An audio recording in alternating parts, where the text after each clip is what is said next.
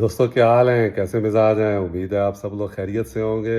आप सब दोस्तों को मसूद गोंदल का सलाम पहुंचे। और दोस्तों ये अब मैं सुबह सुबह वर्कआउट के बाद ग्रीन टी पी रहा हूँ। और ये ग्रीन टी बनाने का मेरा तरीका ये है कि मैं वर्जिश करने से पहले ये जो बड़े कप हैं दो, ये पानी के भर के हल्की आंच पे रख देता हूँ चूल्हे के ऊपर। इसके अंदर डालता हूँ अदरक 1 इंच, और इसके अंदर होती है इलायची, 2 इलायची होती है, और थोड़ी सी दालचीनी होती है।